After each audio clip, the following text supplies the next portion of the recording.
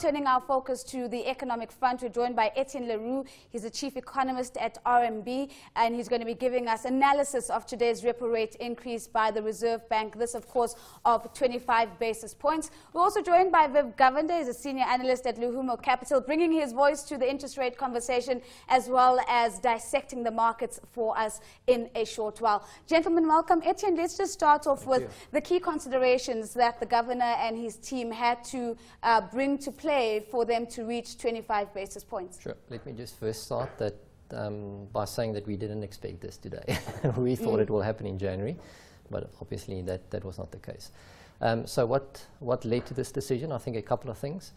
The central bank was very explicit regarding the fact that inflation risks to their projection have deteriorated dramatically, and we have to thank a couple of things as far as that is concerned. Number one, the drought, the potential impact on food. Secondly, Eskom, and then clearly a risk that tariffs may go up by more than the 12% that they're currently building into their model. And then persistent rand weakness. It's one thing to have the rand weakening over a 3 or 6 months period, but now we've been in a weakening trend for 2 or 3 years. So clearly the central bank is worried that at some stage pass-through from weaker currency into inflation is become more pronounced. And then lastly, quite surprising to me is that the central bank today's statement was very explicit about their thinking around the Fed. Right. Today they said that it's very likely that the Fed will move in December. They've never been as clear on that as today. And then also later on in the statement, the central bank suggests that in the lead up to or in the aftermath of the Fed hiking in December, the rand is likely to overshoot. Right. From current levels. That's quite explicit. And I think it's a combination of those factors that led to today's move. Viv? As you said, I mean, the Fed hikes as we expect in December, I mean, unless something remarkable happens in between now and then, because there is going to be a bit more volatility. Is there not going to be an incentive for the SARB to come in again and hike to basically show up the currency should it weaken in the wake of the Fed hike? Well, I think that's the environment we're in. So if the currency behaves itself after the Fed, then don't expect much movement. If indeed the currency sells off dramatically, sharply after the Fed hike, then a January hike is very, very much on the cards early next year, another 25 basis points, currency depending. But considering that, I mean, then shouldn't they have actually held off? I mean, the argument would be, because the last time they hiked, in anticipation of the Fed hiking rather soon, the Fed held off for longer than most anticipated. And now that we're basically hiking again in anticipation of the Fed hiking. And when the Fed hikes, you're going to have to hike again. So aren't we possibly going to have, you know, the market moves relatively. It's not just an absolute number that they're looking at. So they're looking at a trend in terms of the rate hike or the rate moves.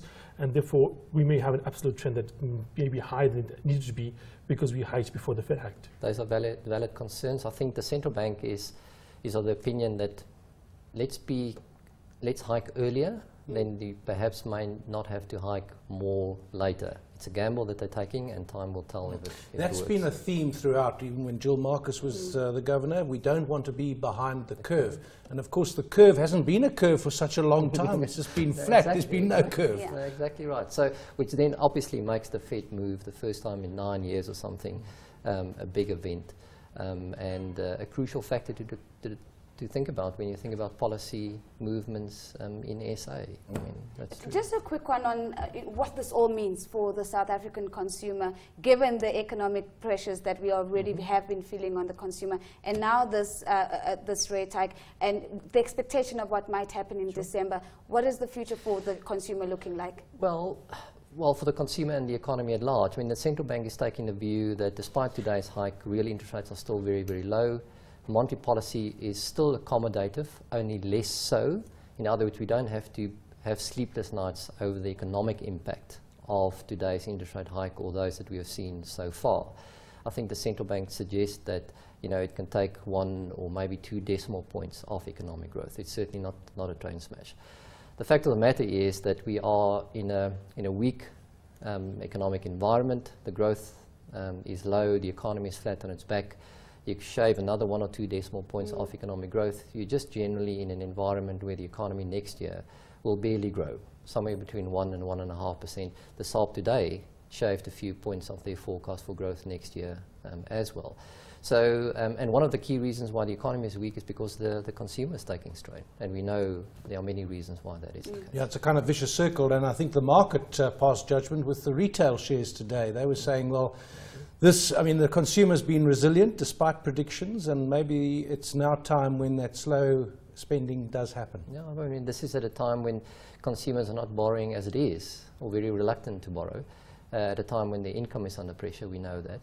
And sure, sad if food inflation were to go to close to double digits, or perhaps even double digits, into double digits early next year or middle next year, a further squeeze on the consumer, not good news. Just as we wrap up this conversation, I think the local government elections are looming in 2016.